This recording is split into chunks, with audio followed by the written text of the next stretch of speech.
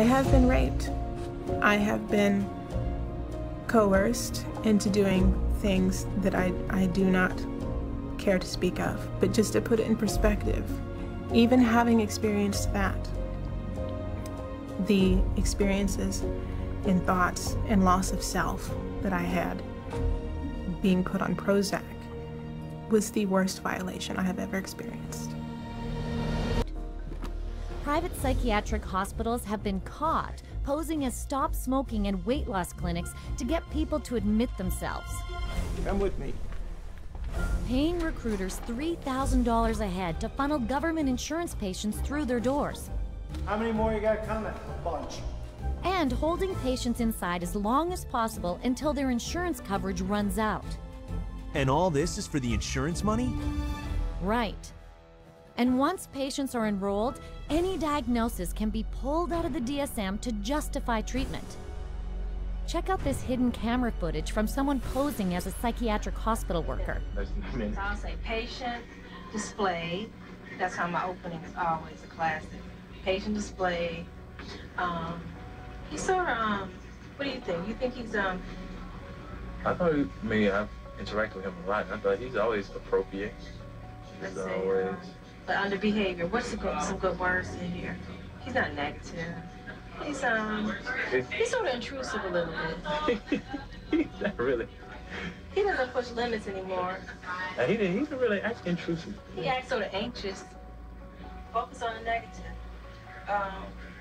And why should we focus on the negative? Because that's how they get paid. I mean, this is what they told me. I mean, you write what you want to write.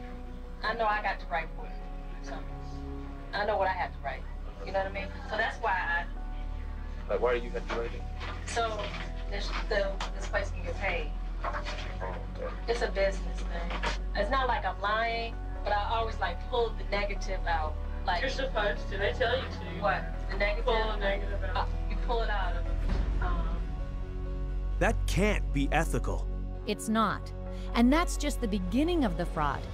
It doesn't correct bad behavior, okay? They can give children all the pills they want. It still doesn't correct bad behavior. The thinking still is, you must fit into this mold. And if you don't fit into this mold, there's something wrong with you. And if you're not the person who designs the mold, too bad for you. A child is labeled and then they're brought to professionals who are trained a very particular way. They're all being trained that if the child fits into this category, then we should consider putting them on Ritalin because that's what they do. That is the protocol. The way the Ritalin will be marketed to the parents is that they will say, this is a drug to calm your child down. What they won't say is that methylphenidate is a form of speed. It's a form of amphetamine, and what we're actually doing is overdosing your child on speed. It's a stimulant, so naturally it's going to increase heart rate, increase blood pressure, and you put a kid out on a football field on a hot summer day, and his risk of having a cardiac event of some sort has just gone up. You know, I heard that stimulants given to kids diagnosed with attention problems are chemically very similar to cocaine. Yeah, and they have such a high potential for abuse, they're listed by the US government in the same category as morphine, opium, and methamphetamine.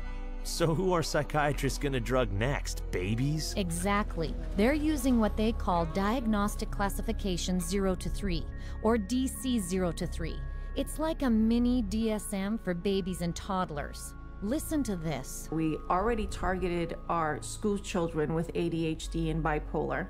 That's already done. That was done 20 years ago. And we're moving younger with DC-03 to the 0 to 3 age group, where they're trying to make popular the idea that it's okay to medicate 0 to 3-year-olds. The idea of a program to determine whether a child from birth to the age of 3 has a mental illness is so preposterous, so absolutely insane, that it's simply an additional part of the insanity that is now extant throughout this country. I cannot think of a program that is more insane than that.